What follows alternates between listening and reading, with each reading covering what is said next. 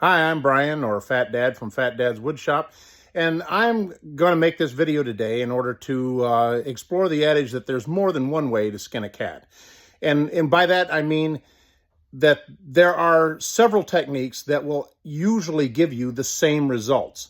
And it's important to know different techniques to do the same thing in order to be able to get things done, because every once in a while you'll be doing a project and you'll run into a situation where you can't do what you usually do, so you have to change gears and try something else. So I'm going to give you an example now. I'm currently working on this coffee table, and I've got to attach legs to it, and what I've got are legs that I think are going to be too big and blocky for the look of this coffee table.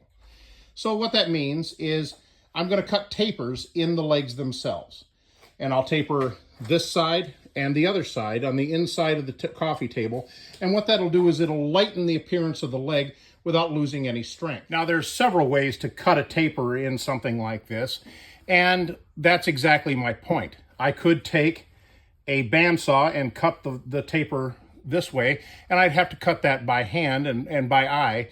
And that might not give me the straightest cut, but it still can be done, and I can straighten that up later with a belt sander. The other way is I could have a tapering jig that would hold this in place as I went through. That tapering jig could be something that's set at an angle that rides against my fence, or it could be a sled that goes on my table saw and holds this at the proper angle in relation to the saw blade. But I'm going to use another technique that doesn't require a jig or a sled or for me to cut this by eye, so I'll get a nice straight cut without doing anything spectacular. The way I'm going to do that is with this small piece of wood and a piece of masking tape that I'm going to use to attach to the piece that I'm cutting. That's it. That's all I'm going to use. And what this will do is it will give me good, consistent, straight cuts that are at the taper that I want. And there it is. I've taped this piece in a spot where I can tape it exactly the same with every cut that I make. And I'm going to want to use the exact same piece oriented in the exact same place with every cut so that all my tapers will be the same. Now, with this technique, you have to make sure a couple of things. One is you have to make sure that your blade exits the tapered cut before this piece gets to the end of the fence. If you don't do that, then this will drop over and this won't be lined up anymore, and you can have some problems with that. So you need to do this on either a fairly short taper or a fairly short leg. The other thing that you have to make sure is that you are using the same piece, because if you try and tape up a whole bunch of different pieces, chances are you'll get some inconsistencies.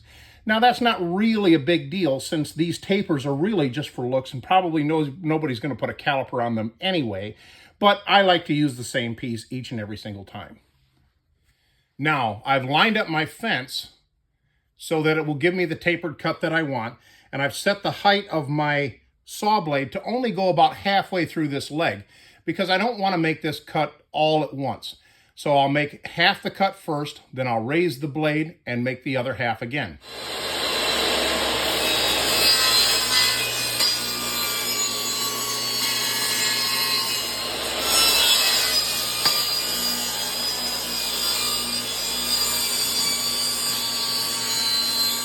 And there's my first taper. And I'm going to cut another one, probably right on this side. And I know it's subtle, but it's going to make a great difference in the final product. Now, when you cut your second taper on your piece, you want to make sure that the taper that you already cut is neither against the fence nor pointed down. Otherwise, nothing will line up.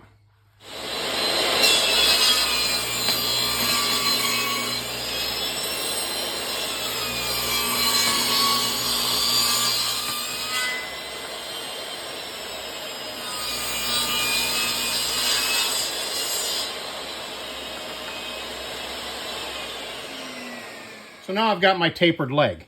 And as you can see, compared to an uncut one, it looks much smaller, even though it retains the same thickness that will be at the joint.